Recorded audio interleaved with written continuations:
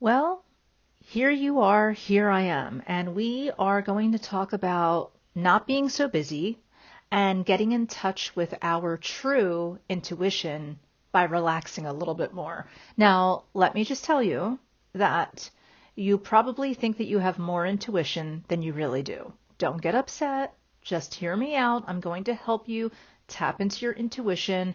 But in order to do that, you can't have your feathers all ruffled and feel like I'm attacking you. Okay, if you're new here, my name is Michele Paiva. I'm a licensed psychotherapist and a finance therapist. So my job is to help you see your value. Now, how can you see your value if you have a lot of walls up, right? So that's like a huge thing. And what happens with that is intuition, right? We often will think that we know things and we put some walls up and suddenly we don't have a great love life, or suddenly we are tight with money, or we don't have just the life that we thought that we should by now. We thought we had all of these gifts, and if we have all of these gifts, why isn't life working out for us? And I'm going to tell you why. Are you ready? Because it's not intuition. Okay, hear me out on this. Now, let's back up a little bit, okay? First of all, even if you are someone who meditates and you do yoga, and I've been there, I used to own a yoga studio. I get the whole thing. I've seen people in and out of yoga who were the most uptight people I've ever seen. Not all of them, but a lot of them. Now, I get it. People go to yoga to unwind, but I saw a lot of people practicing being uptight on the yoga mat. They had to have the perfect yoga mat. They had to have the perfect outfit. They had to look a certain way. They had to wear this kind of sandal or shoe. They had to drink this kind of tea. They had to have that kind of cup. Everything about them screamed costume. Okay, so being busy is a costume as well. So a lot of times when we are really busy, if someone says, "How are you doing?" and you say, "Oh, so busy," don't do that. Saying that you're just so busy is lazy, actually. It's the opposite of being productive. So being busy isn't being productive. Being busy is actually a state of being a little disorganized and behind. So I'm not saying that it's your fault that you're disorganized or behind. It could be someone else being disorganized or behind and you're dealing with it. And let me just back up also. When I was talking about yoga as well, I'm not saying that if you have a certain type of an outfit or yoga mat that you prefer, that you are in some way wrong. I'm saying that there are a lot of people, you know it and I know it, that do the whole thing wrong, right? Whether it's religion, whether it's yoga, I don't care what it is. People just take it to some incredibly unhealthy place because they're really laying on the same patterns that they do with everything else on this new hobby or lifestyle. So anyway, back to being busy and using busy as a default. When you use the term and life observation for yourself as busy as your default, you are actually doing the opposite, okay? First of all, it is not really a way to live to be busy. You are also wincing of being a bit of a victim if you're always saying, "Oh, I'm so busy, I'm so busy." Like other people are not supposed to feel as busy as you, or you think that a neurosurgeon who is doing life-saving surgery every day is not maybe as busy as you. Like we all have our own lives, right?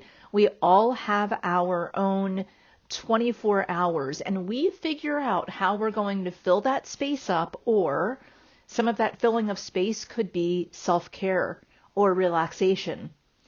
But there's a lot of people that just kind of run on a hamster wheel. So if you are saying that you're busy as default, you are really not in a good place. Because if you're busy, you're not able to relax. And if you're busy, you're not able to be productive, which means you're going to become more unraveled as time goes on. Now, how does this all connect to intuition and trauma? Most people that are saying that they're very busy, that's a coping strategy. And you probably learned that early on in life, that being busy meant something good. Maybe you were called lazy and you just started getting up and doing things as a coping strategy. Maybe you really are anxious underneath all of that and you just need to keep moving. Maybe you're depressed and you keep busy to keep your mind off of things. Maybe you're a workaholic. The list goes on. You get my drift. But what happens is when we are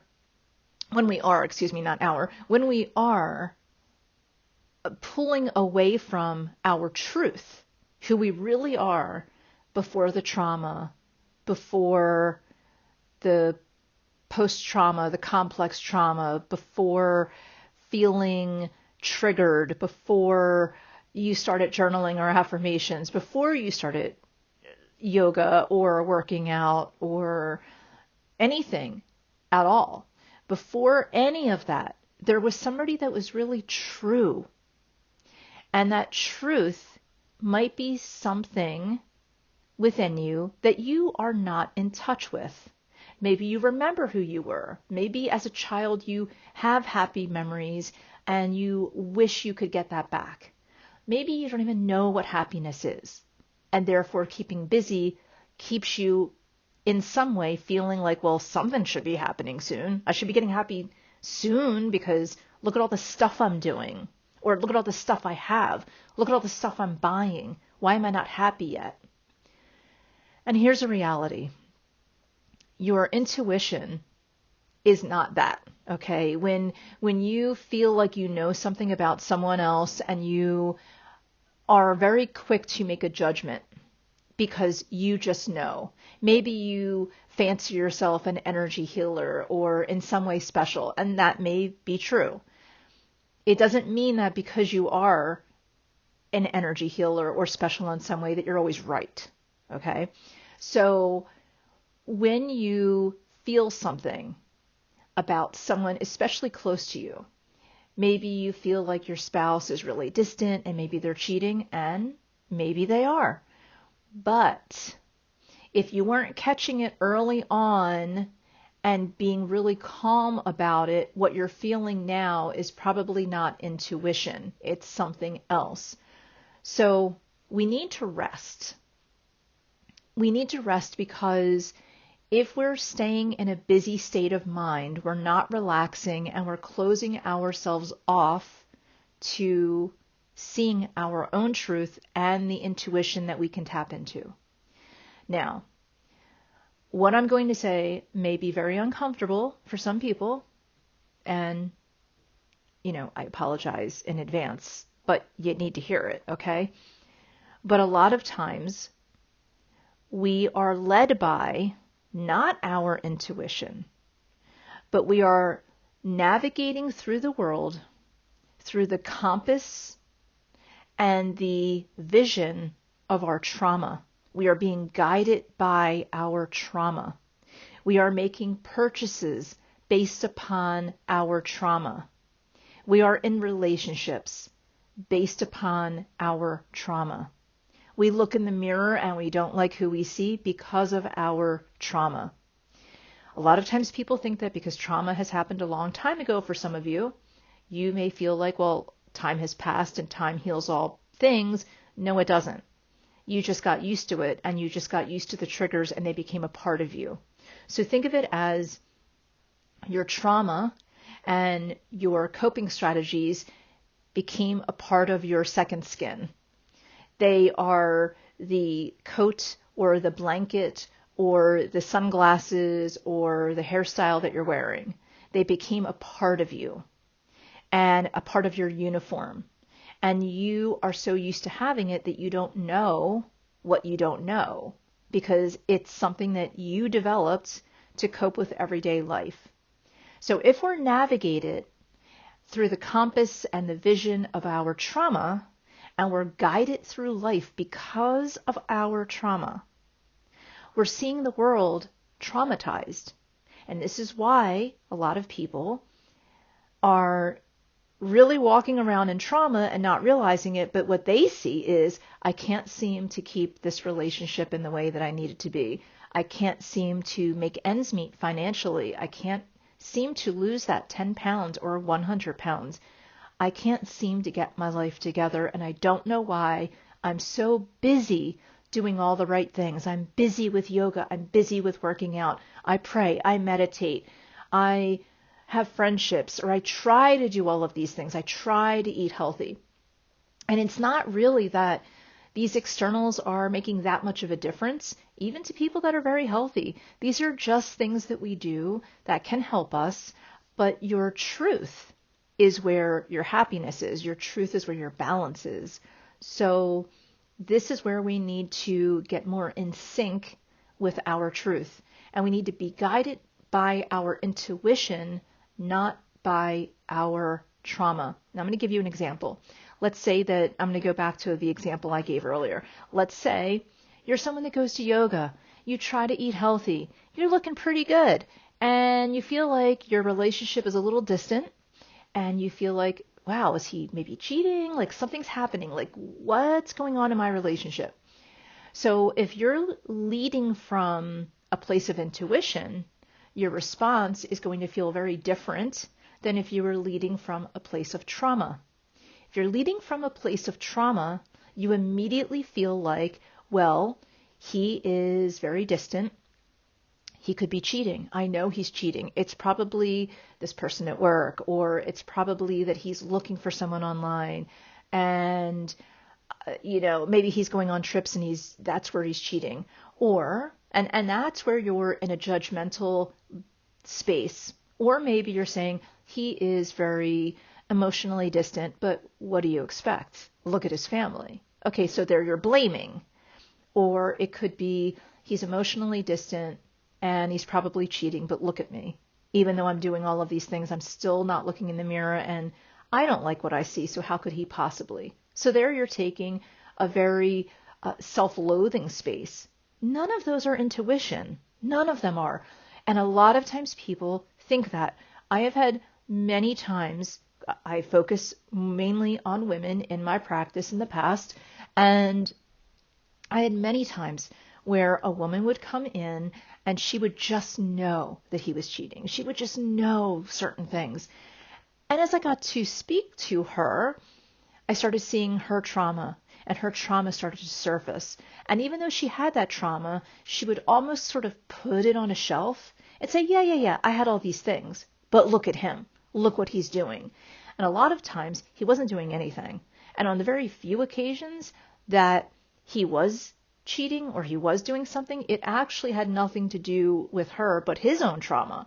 And a lot of it was that she was actually pushing him away. It wasn't that he suddenly became distant and started cheating. Okay, there was maybe a couple of times like that, but a lot of times it was because the person with trauma had a hard time letting someone in.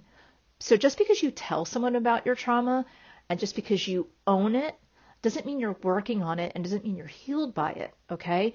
Now, I'm not saying that if you have trauma and you're struggling, that your spouse or your partner is immediately going to cheat on you and you deserve it because you haven't opened up. But I am saying that you don't realize how trauma sits in you and guides you, navigates your emotions, your spending, your love, the way you touch, the way you smile, the way you learn, everything about you. There's sprinkles of your trauma there, and it can be a superpower as you begin to heal. But until you are ready to look at your own truth and who you are inside and who you want to be, it's not going to be that. It's not going to be that great for a while. Now, right now you might feel okay. You're going through life bebopping and doing your thing and you don't feel any different. But that's because you're bebopping through life on kind of this autopilot and you're not feeling a whole lot. And you think that what you're feeling is intuition when you feel like you know something. But what that is your trauma. Your trauma will always make you feel like you need to and you can see things 2 steps ahead. And sometimes when those things come true, that becomes a confirmation that you're correct. But what you're really good at is looking for the bad stuff. You're really good at looking at the negativity. But the intuition is very different. So by its very definition, Intuition is a space of knowing. It is the ability to understand. And so if something is intuitive to you, it's your ability to understand something. So let's just say you're a really good cook, okay? Or maybe you sew really well, or you garden really well, or you're really good at marketing, or you're really good at numbers. Okay, so if you have that going for you, that is because you understand it. And because you're pretty good at it and you understand it, you don't have a lot of the baggage feelings around it, right? You feel pretty comfortable in it. It's pretty calming. It's something that you go into the flow, maybe creatively, and you are in a sense of peace when you really fully understand something and can accept something in spite of not maybe 100% understanding it. Well, that's what intuition is. So someone who is in a relationship where they're noticing the other person pulling back, they're not going to blame the person. They're not going to blame their family. They're not going to blame themselves. They're going to look at it objectively and try to understand it. So intuition is about saying, hey, I'm feeling something. I'm feeling something in myself because this relationship is feeling a little different to me. I could be wrong. I'm not going to project anything on you. And I don't want to make assumptions because that's not fair to you. But this is what I'm feeling, and it's making me feel a little uncomfortable. So if there's anything that you can tell me or share with me, or maybe we can just work on being more of a couple. Maybe this is a wake-up call that we need to maybe not always spend more time together, but maybe have more intentional time when we are together. So that is where intuition comes in. So if you're guided by intuition, life feels calmer and you feel like obstacles that come in your way are doable. But when you're guided by trauma, it feels very dramatic and it feels very scary because you feel like something in your core is being taken away from you. You feel a sense of loss. So you see maybe your partner pulling away as really scary, and stressful. Maybe even you're angry. And if you think back to your childhood, you're going to, or even maybe last year or 5 years ago, I don't know when your trauma or traumas might have happened, but these are probably patterns in your life. So the more we've healed from our trauma, the more intuitive we get. And the more we've had a stable upbringing, of course, the more intuitive we can be. But how do we get there if we're stressed out, we're overwhelmed? We have a lot going on in the world right now. Just that alone is traumatic. How do we feel comfortable? And you know what? That just brings up a really good point. Look at everything that's happened in the world, right? With the pandemic. People that felt more traumatized were vocally angry and not understanding. So they might have been very anti-science. They might have been very anti-certain politicians. Things were very escalated. But the people that were more intuitive were just sort of saying, okay, well, I'm going to do X, Y, and Z, and I'm going to focus on me. And they were less prone to have huge arguments or create dramas or put a lot of energy towards hate because they weren't in a trauma response. They were in an intuitive response. And intuitiveness is about understanding. So how do we get more in sync? Well, we have to get more in sync. Animals are in sync. Flowers are in sync. Snow melts and becomes more balanced. The sun can shine, but we also have overcast, rainy days. So there's always a sense of balance happening. And even when we don't like it, maybe we don't love a rainy day, but that rainy day is a part of balance and is a part of an understanding of the earth. And I know I'm sounding a little far out, a little hippie there, but hear me out.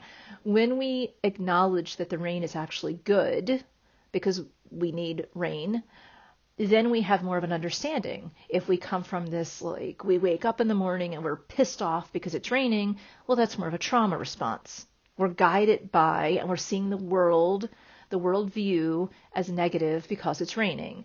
And for most of us, where we live, sometimes it's going to rain.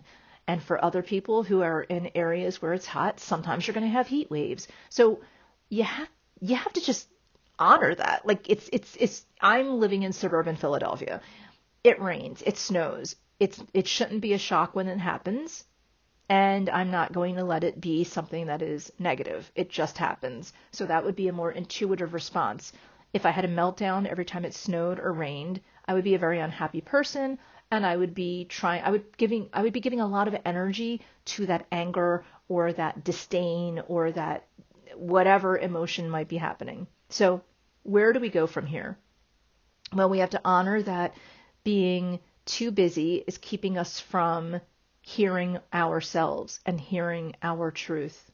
We have to get to that place where we understand that the damaging effects of trauma can infiltrate our lives.